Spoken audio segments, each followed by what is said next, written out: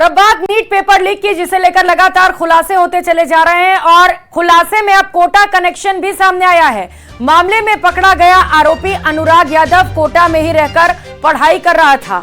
आरोपी अनुराग ने paper leak की बात कबूल की है, जिसके बाद उसके फूफा सिकंदर ने उसे वापस बिहार बुला लिया था।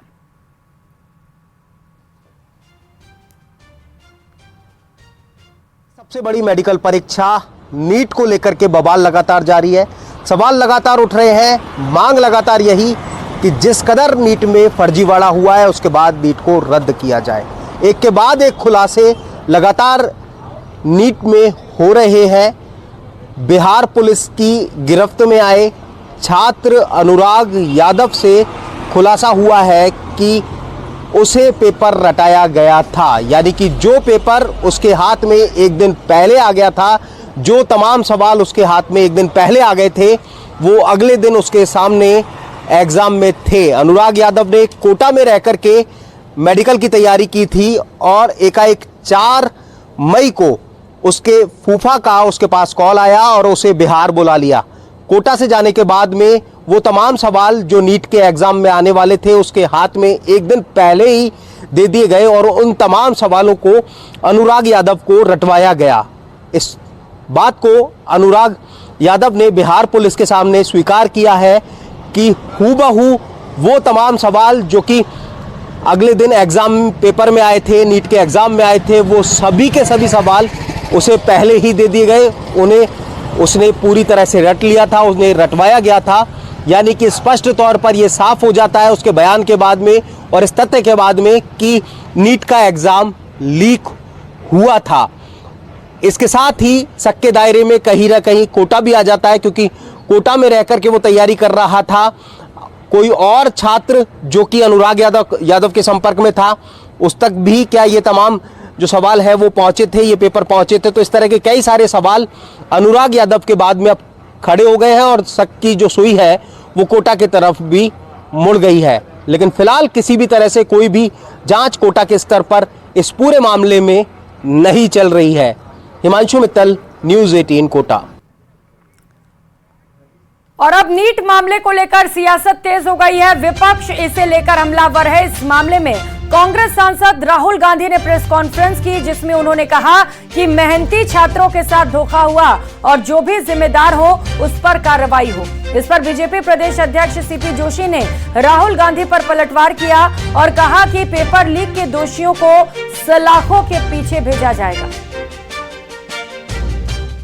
बिहार का भैया हमने कहा है कि इंक्वायरी होनी चाहिए और जो भी जिन्होंने भी पेपर लीक कराया है उनके खिलाफ कार्रवाई होनी चाहिए।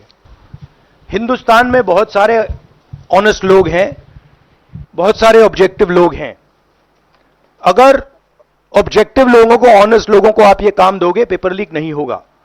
अगर आप मीडियोकर लोगों को राजनीतिक बेसिस पे, आइडियोलॉजिकल बेसिस पे चुन के करोगे तो ये काम होगा। लेकिन मैं आज राहुल गांधी जी के जो प्रेस कॉन्फ्रेंस है उसका जवाब जरूर देना चाहूंगा, जिसमें उन्होंने स्पष्ट रूप से आरएसएस और भाजपा को दोषी ठहराया। मुझे लगता है रात को भी उन्होंने भाजपा और आरएसएस के नाम से नींद नहीं आती। विश्वविद्यालय और महाविद्यालयों में एक विचारधारा के लोगों के बैठने से इस प्रकार से पेपर लीक हो रहे। मुझे लगता है राहुल गांधी जी 54 के हो गए और 94 पे हो जाए तो भी आपके नसीब में प्रधानमंत्री का पद नहीं है, क्योंकि आप लोगों ने देश की जनता को सिर्फ गुमराह करने का काम किया है। तो नीट परीक्षा पर लगातार सवाल खड़े हो रहे हैं और इस बीच बड़ी खबर सामने आ रही है। कुछ ही देर में शिक्षा मंत्री प्रेस कॉन्फ्रेंस करेंगे। धर्मेंद्र प्रधान की ओर से प्रेस कॉन्फ्रेंस किया जाना है। कुछ ही देर में वो प्रेस कॉन्फ्रेंस करेंगे। मंत्री अपने प्रेस कॉन्फ्रेंस में क्या कुछ कहते हैं, ये देखना बड़ा ही महत्वपूर्ण होने वाला है, क्योंकि लगातार सवाल खड़े हो रहे हैं नीट परीक्षा को लेकर और इसे रद्द किए जाने की मांग की जा रही है एक और अभ्यर्थियों की ओर से, तो वहीं दूसरी ओर विपक्ष भी इसे लेकर हमलावर है। और खबरों में आगे बढ़ते हुए लोकसभा चुनाव की बात करेंगे, जिसे लेकर प्रदेश में बीजेपी को उम्मीद के मुताबिक नतीजे नहीं मिल सके। पार्टी नतीजों की समीक्षा कर रही है, लेकिन इस बीच केंद्रीय कानून मंत्री अर्जुन राम मेघवाल ने सीकर में कांग्रेस पर बड़ा हमला बोल दिया। अर्जुन राम मेघवाल का कहना है कि कांग्रेस के फैलाए गए भ्रम के चलते ऐसा हुआ है।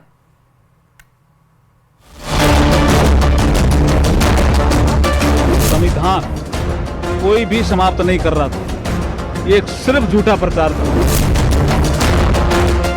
मौका था सीकर में राव राजा कल्याण सिंह की 138वीं जयंती का, जहां केंद्रीय कानून मंत्री अर्जुन राम मेघवाल और यूडीएच मंत्री झाबर सिंह खर्रा के अलावा जयपुर ग्रामीण सांसद राव राजेंद्र सिंह भी मौजूद थे। इस दौरान पत्रकारों ने कानून मंत्री से कांग्रेस के उस बयान पर जवाब मांगा जिसमें कांग्रेस बीजेपी पर संविधान खत्म करने का आरोप लगाती आई है, जिसके जवाब में केंद्रीय कानून मंत्री ने कांग्रेस पर जोरदार हमला बोला और कहा कि संविधान खत्म करने की कोशिश इमरजेंसी के दौरान कांग्रेस ने की थी। देखिए, ये झूठा प्रचार था, जनता को भी अब पता चल गया है। कंफ्यूजन क्रिएट करना और भाग जाना ये कांग्रेस की संस्कृति है। संविधान कोई भी समाप्त नहीं कर रहा था, ये सिर्फ झूठा प्रचार था। संविधान अगर समाप्त करने का प्रयास किया तो कांग्रेस ने किया इमरजेंसी में। भारतीय जनता पार्टी संविधान का सम्मान करती है। 2024 में हुए लोकसभा चुनाव में बीजेपी की प्रदेश में उम्मीद के मुताबिक सीटें नहीं मिली हैं। ऐसे में बीजेपी इसके लिए कांग्रेस के झूठ को जिम्मेदार मान रही है। बीजेपी का साफ कहना है कि पार्टी संविधान का सम्मान करती है, उसे खत्म करने का झूठा प्रचार फैलाया गया। यूसीसी के सवाल पर जवाब देते हुए कानून मंत्री ने कहा कि सरकार का गठन हो गया है, आने वाले दिनों में सब ठीक होगा। उधर नागौर में भी ज्योति मिर्धा के लगातार हार पर सियासत गर्म है। यहाँ भी विपक्ष के झूठे प्रचार को हार के लिए जिम्मेदार माना जा रहा है। विपक्ष द्वारा भ्रांतियां फैलाने के चक्कर में कई लोग नाराज हो गए, जैसे कि 400 सीटें पार तो संविधान में संशोधन हो जाएगा। उनको हम कम नहीं, वापस जनता को मोटिवेट नहीं कर पाए और इस चक्कर के अंदर कुछ नाराजगी बढ़ी।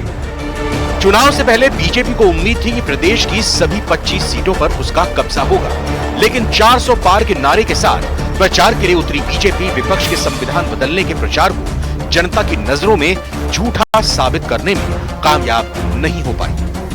Bureau report, news 18 Rajasthan.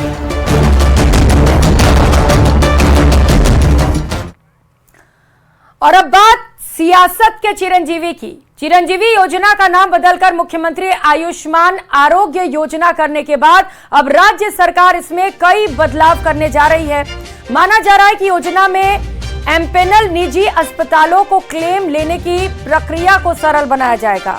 फिलहाल योजना में बदलावों को लेकर मंथन का दौर भी जारी है और विधानसभा सत्र के बाद इसकी विधिवत घोषणा भी हो सकती है। देखिए रिपोर्ट।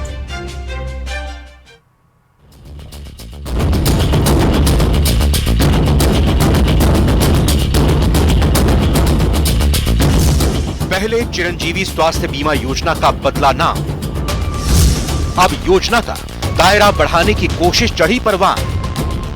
कवायद पर कांग्रेस का ऐतराज, यही है बीजेपी का सुराज। चिरंजीवी पर मचा घमासान।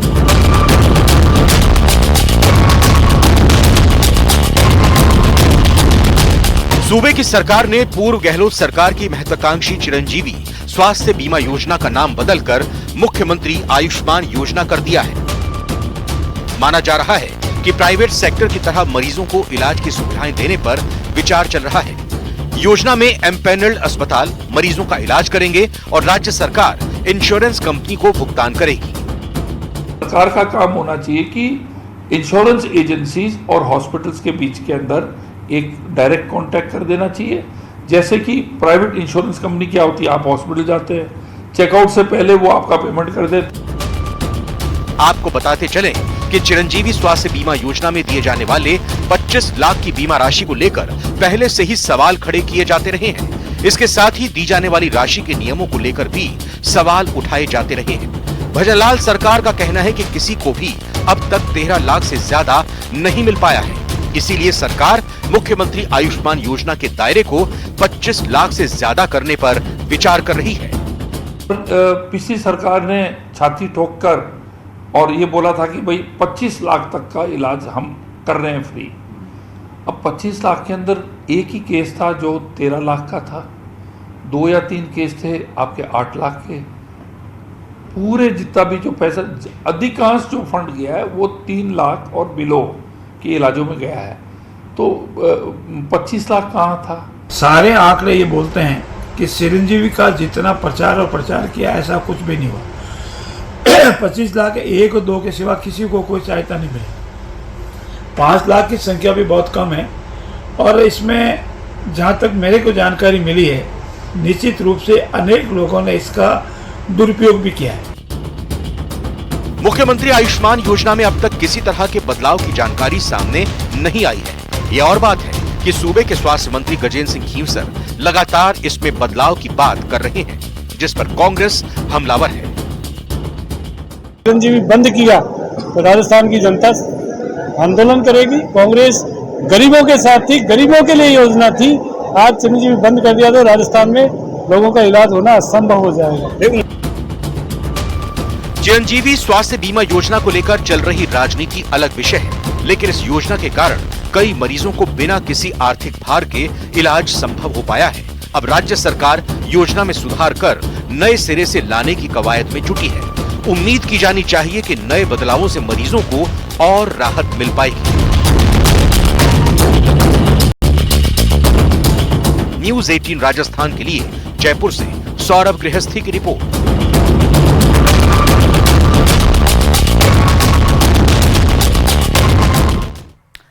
और अब घोटालेबाजों की खैर नहीं है, क्योंकि जल जीवन मिशन में जांच लगातार जारी है और घोटाले में ईडी ने तीसरी गिरफ्तारी भी कर ली है। पदम चंद के बाद अब महेश मित्तल को भी ईडी ने गिरफ्तार कर लिया है।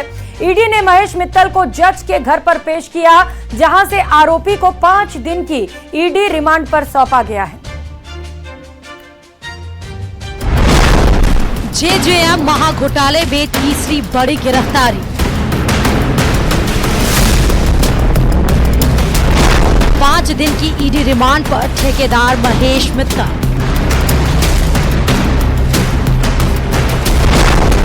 नौ महीने से फरार चल रहा था आरोपी महेश। जल जीवन मिशन के 900 करोड़ के महाघोटाले में पदम चंद जैन और उसके बेटे की गिरफ्तारी के बाद अब साले महेश मित्तल को भी गिरफ्तार कर लिया गया है। मेजर्स गणपति ट्यूबवेल कंपनी का मालिक महेश मित्तल पिछले 9 महीने से फरार चल रहा था।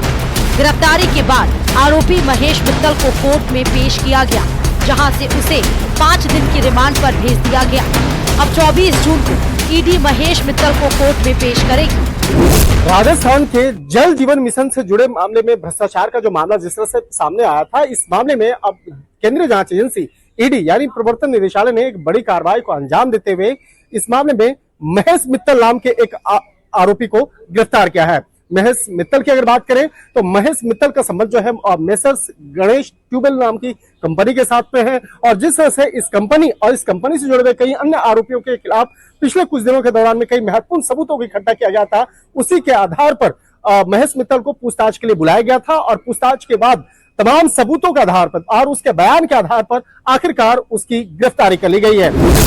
ईडी ने अब तक इस मामले में 7 करोड़ से ज्यादा की संपत्ति जब्त कर चुकी है। पूरे मामले में दोनों आरोपी ठेकेदारों के खिलाफ सीबीआई भी मामला दर्ज कर चुकी है। जल जीवन मिशन घोटाले में रिश्वत का बड़ा खेल का खुलासा ईडी की जांच में हुआ है। इस मामले में ईडी ने 3 बार छापेमारी की, जिसमें पूर्व मंत्री महेश जोशी समेत जलदाय विभाग के इंजीनियर के ठिकाने पर छापेमारी की गई थी।